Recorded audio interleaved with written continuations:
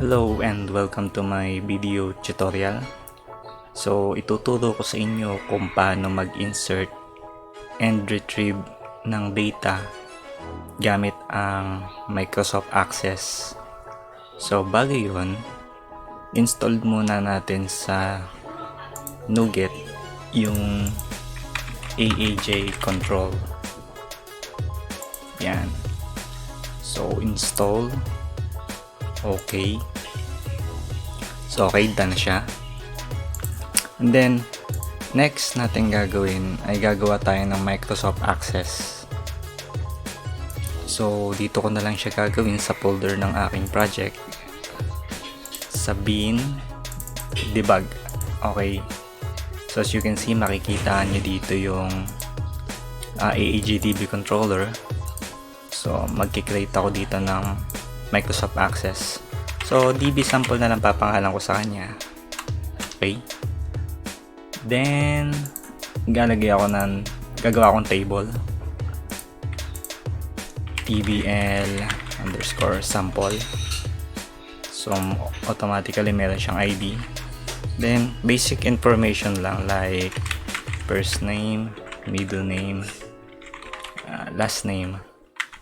Yan. So, ito na yung ating Microsoft Access database. Next natin gagawin ay punta tayo sa view code. Then, sa taas nitong class form 1, import natin yung AAJDB controller. Okay. Next, declare natin yung variable dim s as new AAJDB control. Okay. And then database type is OLEDB. Then second parameters, ito yung connection string. So lakayan ko na lang, pwede nyo gayahin to. Provider equals Microsoft.ace.OLEDB 12.0. Okay. And then data source equals dbsample.accdb. Yan. So, okay na yung ating connection.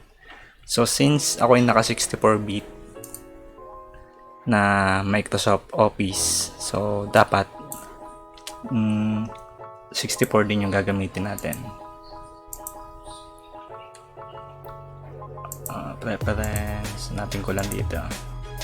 Somewhere nandito lang yun. Ayan. Target CPU 64 sa compile.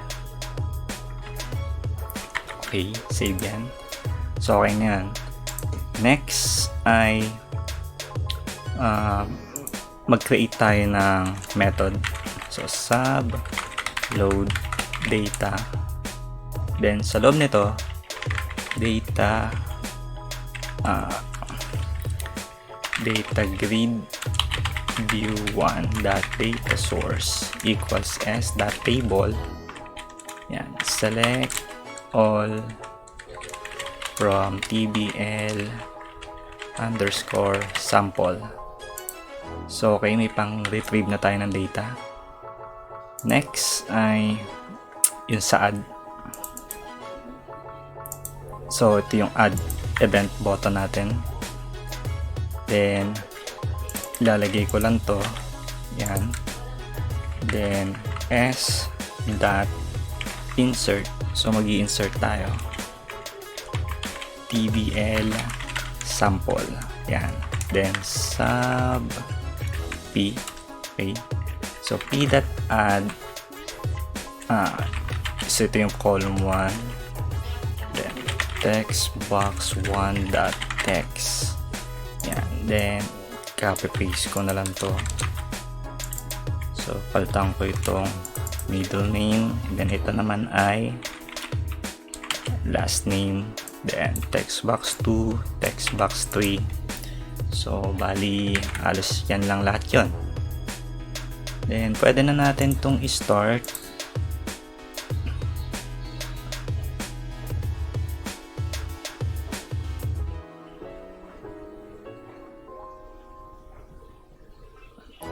Oops, hindi nag-display yung ating ano kasi hindi natin siya tinawag dun sa pag-load eh.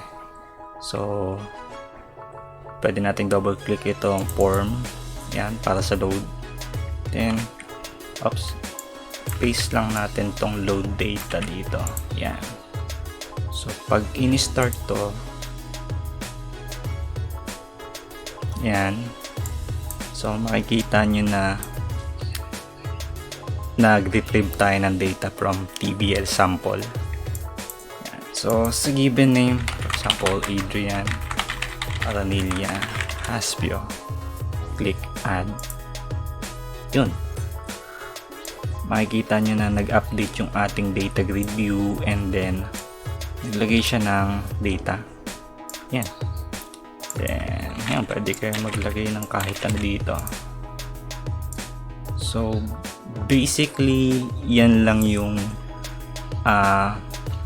way or paraan ko kung paano mag-insert at mag-retrieve ng data sa Visual Basic.net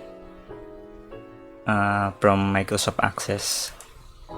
So gumamit ako ng AAJControl, which is pwede nyong i-download sa Managed NuGet package. Ayan. So meron tong ilang version. Then ang pinaka latest version niya ay 1.0.11.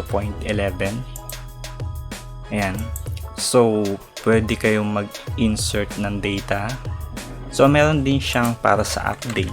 So s.update. So magagamit nyo din to, pwede nyong gamitin sa ganun. So okay, thank you for watching guys, and pa-like and subscribe na lang kung nagustuhan nyo yung tutorial na ito. Thank you.